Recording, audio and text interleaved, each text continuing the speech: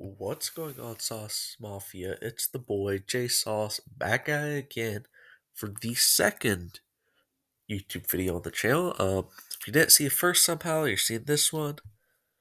Go check out the first one. It's the draft preview. You know the entire team, my thoughts. It's a little long. It's 40 minutes because I had a lot of thoughts and a lot of things I want to say. I would go check it out before this one, but I'm not your boss, so you can do whatever you want.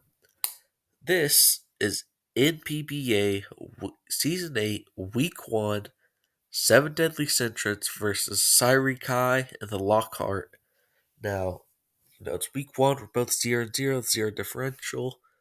Um, so let's see the matchup here. If slideshow wants to work. Alright, so my team, see on the left, Cyri's team, see on the right, Great Tusk, Anam, Kiram, Aegis Meow, and a bunch of threats. My first thoughts when I was going through it is Speed Booster Tusk has to come, whether it be Rapid Spin or Speed Booster Energy.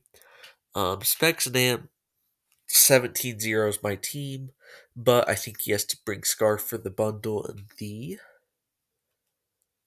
Jolteon. Um, And the rest of the stuff I'm not really worried about, to be honest. There is a very funny set he could bring on Quagsire to counter my Iron Bundle, Terra um, Fire, or I think it's just Terra Fire with Water Absorb, and then my bundle can do absolutely nothing to it. But that's a fake set, anyways. Chi-Yu uh, basically makes Aegis a no-show, and it goes ham. Uh, Salmons and Jolteon love facing this team. And so this is what I cooked up, right? I mean, obviously I could go through my thoughts like this, like I did with the team building, like I did with my last video. This could end up being like an hour-long video, and half of it would be talk about the matchup, but unfortunately this is a post-com video, right? I've already played the battle. It's gonna be like that because I'm probably gonna be playing a whole bunch of night games, and I'm at a dorm, my roommate's trying to sleep. I'm paranoid about someone walking at me, and I'm talking about Pokemon, right? Um, Not that's embarrassing, but you know, uh, wasn't popular in high school, right? Pokemon, it's not that I'm worried about getting to college and I get teased about. Whatever, I'm ranting, it'll be fine. But yeah, most of these are going to be post com and not live replay. Me talking while I'm playing. So that's why I'm not gonna touch on this very much anymore. So here's the team I brought. I brought the Anam counter, AV Tentacruel, just knockoff Sludge Bomb Scald, Giga Drain, 12 speed EVs to try to outspeed creep his speed creep if he somehow speed creeps for this. I went 248, 172 on Spadette because I thought the Assault Vest made it so specially bulky that I could just throw a little bit in defense and be fine. Cover my bases a little bit. It eats every inhibitor. Now I will say, Specs Terra Ground Earth Power does like I think it's a 2-hit KO after rocks, if I'm not mistaken. Can deal with Special Cure. Now Special Cure has Draco Meteor and Freeze Dry, but like Freeze Dry 70 base power. I have a huge Spadef stat, so it'll be fine. Knocks everyone else off with knockoff, which is very nice for the rest of my team. It's got nasty poison slash burn potential with Sludge Bomb and Scalds, just getting that chip. It can self heal versus Quag, which I probably won't leave this in 1v1, but it can Giga Drain it and catch it off guard if it wants to go for a Toxic, a Rocks, or a Spike. And it's my dedicated name counter because this thing and the couple of mocks I played just switches out on Damperous every single time and eats a hit, forces it out. So next I have the Wall Breaker. I have Chi with just regular Scarf variant, Flamethrower, Fire Blast, Dark Pulse, Overheat. Overheat's kind of a move where it's like, oh, something's coming. I just need to get the most damage as soon as possible and force something out. And Fire Blast is risky, but it does more damage than Flamethrower. And then Dark Pulse is there because I really don't need the coverage. The fighting type is Great Tusk, which, unless it's AV, gets smoked, like put in a pack by Fire Blast or Overheat. And so yeah, the Choice Scarf allows it to outspeed everything, barring Scarf and Amp or Scarf Meow. The Fire Dark coverage just goobs everything, right? It's gonna be he's gonna have to play a 50-50 whether I'm gonna st- um, stay in and hit the um, neutral slash super effective move, or if I'm gonna predict the switch. And even if I get the 50-50 wrong, it's still gonna do a lot of damage to everything. Its existence stops Aegis Slash from coming, which is very good for a couple of my mods that are coming later. It punches holes in every single mod, even with no super effective moves. Neutral hits do a lot. Resisted resisted hits still do a lot. And after wall breaking, it just allows for a cleaner twin. Something can just come in later and just deal with all the chipped mods. Something like the Crisis Averter, Iron Bundle, because the speed and the speed booster energy. The booster energy allows it to boost its speed by 1.5 times, which, as you can see on the right, outspeeds Scarf and Nam slash Meow and a +1 Great Tusk. And I would not be surprised if Scarf and Nam and Speed Booster Tusk come. So I decided I was going to run Specs because I'm like, Specs Freeze Dry literally like 31 zeros the team. And felt like it was getting a little greedy. I'm like, Scarf and Nam's definitely coming, and I see no world where Speed Booster Tusk is not, and my team kind of gets smoked by that, so I said Speed Booster Energy it is. The less special attack will be worth. And U-turn, Freeze Dry, Ice Beam, Hydro Pump, all the moves it needs. U-turn is there in case I get walled, I could just get chip, and then go out. Freeze Dry hits his two water types for good damage. Hydro Pump and Ice Beam just hit everything else. Um, yeah, it hits his entire team with super effective moves, minus like Aegis Slash, which is not coming because of Chi. Likely forces Terra from Quaggin and Nam, and if he brings both, forcing one of them to Terra is super beneficial, so the other one can't. Uh, After chip, it can clean up. Like I said, GU chips everything. This thing can just clean up, right? And then momentum if needed. Ideally, you don't want to switch this thing out because once you switch out, it won't outspeed Scarf and Am. But it's fine. U-turn is just a very good move. So next up, we have the Chip Savant, Jolteon, Expert Belt, Terra Fairy, Volt Switch, Terra Blast, Thunderbolt, Shadow Ball, outspeeds everything, barring any scarfs or speed boosting. It's got super effective moves for most things. The Expert Belt and Terra Blast Fairy smacks the checks. Like, it absolutely smacks Meow, smacks Great Tusk, smacks Kyurem, which is all things that come in on Thunderbolt. And the E-Belt powers the damage up by 1.2 if it's super effective. Volt Switch is just an amazing move, right? Uh, Jolteon hits hard and switches out, and it allows me to go into something to eat a hit that Jolteon would not be able to. And it's got late game cleaning potential just because of how fast it is, how hard it hits with the Expert Belt, and just how the coverage between Thunderbolt and Terra Blast Fairy just smoke the matchup. Like, it's insane how much those two moves do to this team. Then we got the setup sweeper, Salamence with the Lumberry, Moxie, Steel Terra for defensive purposes, and then enough speed to outspeed everything at +1. And it's got Dragon Dance Roost, Dragon Claw, Dual Wing Beat. I love this set so much. Outspeeds the team at +1. Terra Steel lets it eat Moonblast. It also forces stuff like Great Tusk and Kyurem a 50-50 because I could always Terra, I could always switch out, or I could stay in. It's a coin flip. What I'm gonna do. Roost thrives on passive mods like I could roost on Quagsire, I could roost on Rotom. Glamora wouldn't be a great one to roost on, but I could Terra or Predict, and then the stab hits neutral or better on everything except for Aegislash, which I don't think comes because Chi-Yu exists, right? There's no reason for Aegislash to come when Chi-Yu is so good into this team. So, Drag Claw Dual Weak Beat puts everything in a pack. This thing smokes noses off.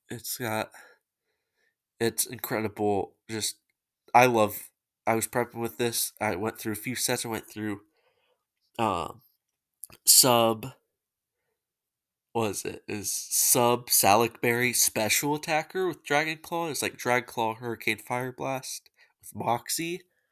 Um, I had Scarf Moxie at one point, and just this thing's so versatile. It has so many different ways it can do damage. But my last Pokemon I will be using this week is Support Incorporated. Fortress, sturdy, heavy duty boots, which means if he's gonna be stacking up hazards probably with Glamor and Great Tusk. And how do I put this?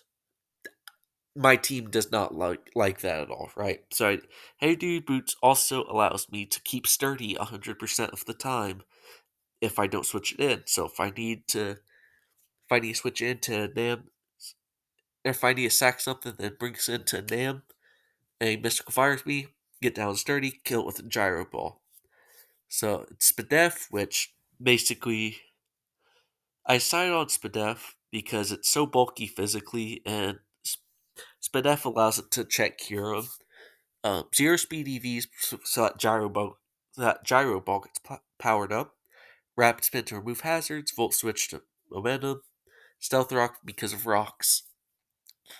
Stealth rock is not appreciated by their team. Removal is appreciated for my team. Gyro hits the fast mons hard. Volt switch. You already know. Slow momentum might be my favorite thing about this mod. Takes a hit. Volt switches out. I get switch into something that beats the mod that I just took a hit from. Um, it checks Nam if for some reason it's not Mystical Fire. I believe Scarf Earth Power does like 35 or 32 or something. So yeah. Also, what was I gonna say? Oh, it. Oh man, I don't remember what I'm gonna say. Oh well, this is live, so it's getting kept in a video. You're welcome. I don't know how to edit, so yeah. Anyways, let's check out. Let's check out the battle from my perspective. All right. So, in my head, I'm like, there's a lot of things he could do. I've seen Great Tusk lead, I've seen Meow lead, I've seen Glamora lead, I've even seen Rotom lead. So, I figured the best thing for me to do, the best mid ground, was to lead Jolteon, which I ultimately do. If he led Meow or Great Tusk, that thing's getting Terra Blast Fairy turn 1. Rotom minus Volt Switch on, and this I just decide to Volt Switch on. And I went to my Fortress because he could set Stealth Rocks, he could set Spikes, he could set Toxic Spikes, and I just wasn't having that because The, I need to have hazards not up on my side. It'd be pretty bad. So yeah, you see Earth Power is only doing 30. I don't get 3-hit KO. My frames are rapidly dropping. Lovely, um going at actually 2 frames per second.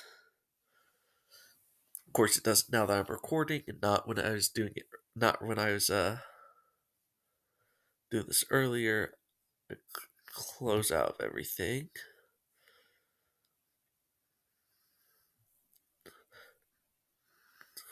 So yeah, just basically just get rocks back up.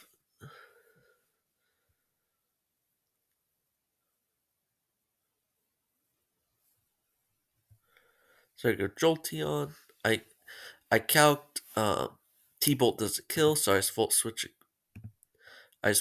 again into my fortress.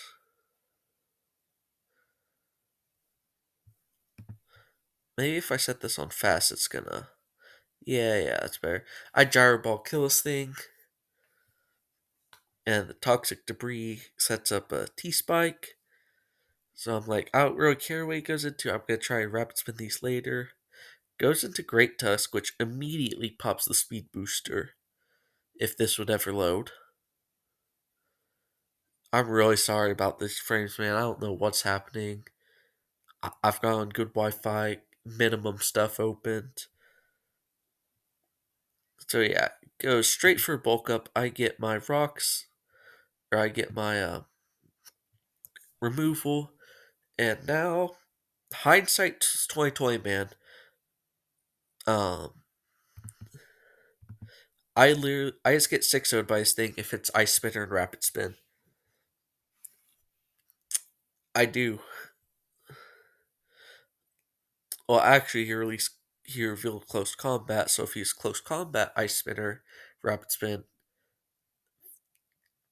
Tentacruel still probably dies at +2, but I'd have a chance. It would just make it a lot harder. But this is where it comes in. Iron Bundle comes in, pops the speed booster, forces Great Tusk out. But I'm just him. I knew. I mean, if you look at the five, Meowscarada, Great Tusk, Enam, Rotom, Kyurem. Freeze Charge the freest thing ever, and Rotom gets 2-hit KO'd by it. So that's 2 down. And then Iron Bundle is doing Iron Bundle things, right? Okay, thanks. Kyurem comes in, Ice Beam for Chip, because I'm like, in my head, sure that's dangerous. If I get Draco'd, I lose this thing more likely. But realistically, I'm never switching into Tentacruel on a Draco or an Ice Beam because I need it for Enamorus. Nothing else switches it well, so I'm like, hey, uh, if this thing Dracos and I die, then screw it because with Chip on Kyurem, Jolteon literally wins this game. After this, it comes in and picks up 4 kills. So I was completely fine with losing this. Now, fortunately, he freeze dried and I lived, so that didn't have to happen. And Bundle picks up its second kill. Meowscarada comes in. I'm scared of a Sucker Punch, but like I said, Jolteon literally wins this game if this thing dies, so it gets Ice Beam to death. No Sucker Punch, thankfully. Goes into Nam. I was worried about Terra Fire. I was thinking about Hydro Pumping, but in my head, I'm like, if I miss Hydro Pump and this thing, that's my only way to lose, right? This thing gets Hydro Pumped and I miss. That's like my only way to lose. Now Jolteon can come in here and go after, but if he's Calm Mind defensive Terra, like Fire, basically gets rid of that flying weakness, Jolteon could have a very tough time. So I stayed in, I ice beamed, and I did 64. But the agilities, Thankfully, this thing will stay alive, but that's scary all in all. Except I have a Tentacruel that takes 19 from a Moonblast, 39 from Earth Power, which is a little much, but Life Orb, and then I took off some Spinef investment. Makes sense, right? And then I just let Tentacruel go down because if he tries Sap, I Scald, and if he'd have to lower his defenses on attack. So that means that Owl City, the wonderful Iron Bundle, gets his fourth kill of the game. So yeah, basically that's it. That's week 1 in the books. That's 1-0 plus 4 for your Seven Deadly Sentrets. And this is, I don't mean to sound um, like an asshole, like a douchebag, like arrogant. That's the word I was looking for. I don't mean to sound arrogant, but I'm really hoping this is the stepping stone to being a 9-0 regular season wonderful on the way to championship. And outside of the rapid spinning great toss possibility, don't think I played I don't think I played any bad turns this game. For the most part, I mean, the Fortress Great Tusk exchange was a little scary, but hindsight's 2020. I wasn't even thinking about the game. So yeah, that's all. That's week 1. I'm hoping it's a little shorter than the last video. But thank you guys for watching. Smash that like and subscribe button. Thank you so much to Phony Tail, Sam Sturgeon, Phelim, and everyone else who just helped me in this team building and mocking. Thank you so much. You guys all have a good one, and I'll see you guys next week. Peace.